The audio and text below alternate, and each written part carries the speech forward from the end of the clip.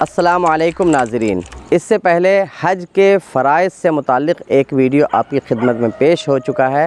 اگر آپ نے نہیں دیکھا ہو تو اس ویڈیو کے بعد لاسٹ میں آپ کو وہ ویڈیو مل جائے گا، آپ اس کو دیکھ سکتے ہیں۔ انشاءاللہ تعالی اس ویڈیو میں ہم حج کے واجبات سے متعلق بات کریں گے، جن کے چھوڑنے سے آپ کو دم دینا پڑ سکتا ہے، اسی لیے ان باتوں کا اپنے حج کے درمیان ضرور خیال رکھیں۔ میقات سے احرام باندھنا واجب ہے۔ اس کا مطلب یہ ہے کہ میقات بغیر احرام کے کراس اور پار نہ کیا جائے، لیکن اگر آپ میقات سے پہلے بھی چاہیں تو احرام باندھ سکتے ہیں۔ صفا اور مروہ کے درمیان دوڑنا، اسی کو سعی کہتے ہیں، یہ بھی واجب ہے۔ سعی کو صفا سے شروع کرنا یہ بھی واجب ہے۔ اگر کسی نے سعی مروہ سے شروع کر لی تو اس کی مروہ والی گنتی نہیں گنی جائے گی، تو مروہ سے جب صفا پہنچے گا اس وقت وہ چکر شمار نہیں کیا جائے گا، نہیں کاؤنٹ ہوگا۔ واپس جب صفا سے مروہ کی طرف جائے گا تبھی یہ پہلا مانا جائے گا۔ اگر کسی طرح کا کوئی عذر نہیں ہے تو پیدل سعی کرنا بغیر کسی گاڑی وغیرہ کے، اور یہ بھی واجب ہے کہ سعی طواف کے اکثر حصہ کے بعد کیا جائے۔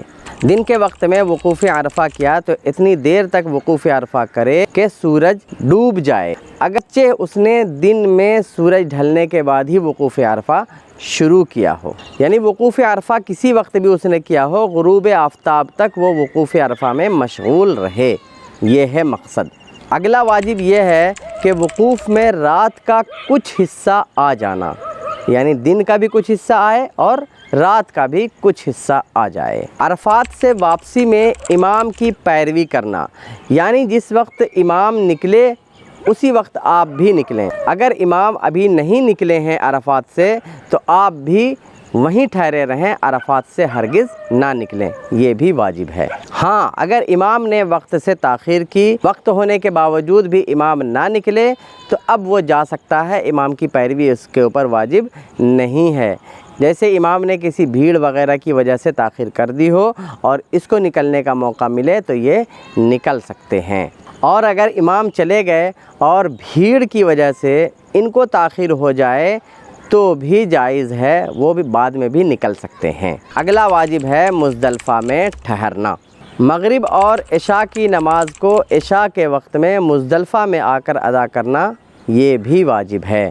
10ویں ذی الحجہ کو جمرہ عقبہ پر رمی جمار کرنا یعنی کنکری مارنا، اور 11 اور 12 کو تینوں پر کنکری مارنا واجب ہے۔ جمرہ عقبہ کی رمی پہلے دن حلق سے پہلے ہونا، جس دن جو رمی ہے اس کا اسی دن ہونا، یعنی 11ویں تاریخ کی رمی اور 12ویں تاریخ کی رمی دونوں اپنے اپنے دن پر ہونا، یعنی ایسا ہم نہیں کر سکتے ہیں کہ 11 کو چھوڑ دیا اور 12 کو ہی دو مرتبہ رمی جمار یعنی کنکری مار دیا، بلکہ 11 والی کنکری آپ کو 11ویں تاریخ کو ہی مارنا ہے، اور 12ویں تاریخ جو کنکری مارنا ہے وہ 12ویں تاریخ میں ہی مارنا ہے۔ سر منڈانا یا بالوں کو کتروانا یہ واجب ہے، اور اس کا ایام نحر میں یعنی قربانی کے دنوں میں ہونا بھی واجب ہے، اور اس کا حرم میں ہونا بھی واجب ہے اگرچہ منا میں نہ ہو۔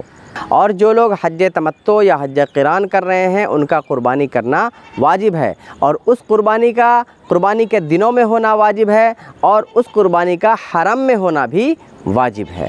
طواف افاضہ کا اکثر حصہ قربانی کے دن میں ہونا واجب ہے۔ عرفات سے واپسی کے بعد جو طواف کیا جاتا ہے اسی طواف کو طواف زیارت بھی کہا جاتا ہے اور طواف افاضہ بھی کہا جاتا ہے۔ اس کے اکثر حصے یعنی کم سے کم 4 پھیروں کا ایام نحر میں یعنی قربانی کے دن میں ہونا واجب ہے، باقی 3 پھیرے بعد میں بھی کیے جا سکتے ہیں۔ طواف حتیم کے باہر سے ہونا، کعبہ شریف کے ایک سائیڈ آپ نے دیکھا ہوگا کہ ایک نشان لگا ہوا ہے، اسی کو حتیم کہا جاتا ہے، اس کے اندر سے آپ گزر کر کے طواف کریں گے تو وہ طواف نہیں مانا جائے گا، کیونکہ وہ بھی کعبہ کا حصہ ہے، آپ کو اس کے باہر نکل کر طواف کرنا ہے۔ داہنی طرف سے طواف کرنا واجب ہے، یعنی کعبہ شریف آپ کے بائیں مونڈے کی طرف ہو۔ اگر آپ اس طرح سے طواف شروع کریں گے تو یہ آپ نے واجب کو ترک کر دیا۔ اگر کسی طرح کا عذر نہیں ہے حاجی کو تو اس پر واجب ہے کہ وہ پیدل چل کر طواف کرے، لیکن اگر عذر ہے تو ویل چیئر وغیرہ کا استعمال کیا جا سکتا ہے۔ طواف میں نجاست حکمیہ سے پاک ہونا، یعنی طواف کرنے والے کا باوضو ہونا، طواف کرنے والے کا غسل کے ساتھ ہونا۔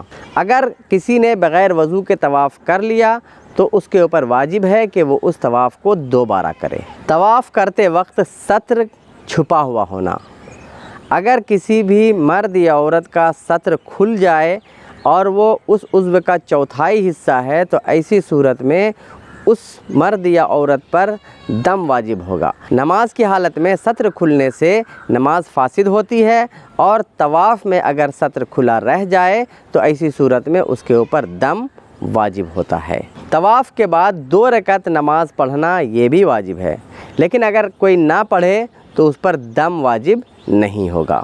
رمی جمار کرنے یعنی کنکریاں پھینکنے میں، ذبح کرنے، سر منڈانے اور طواف میں ترتیب ہونا، یعنی سب سے پہلے کنکریاں پھینکے، اس کے بعد قربانی کرے، اس کے بعد سر منڈائے اور اس کے بعد طواف کرے۔ اگر یہ ترتیب آپ نے گڑبڑا دی تو بھی دم واجب ہوگا۔ طواف صدر یعنی طواف رخصت بھی واجب ہے۔ طواف رخصت ان لوگوں کے لیے ہے جو میقات سے باہر کے رہنے والے ہوں۔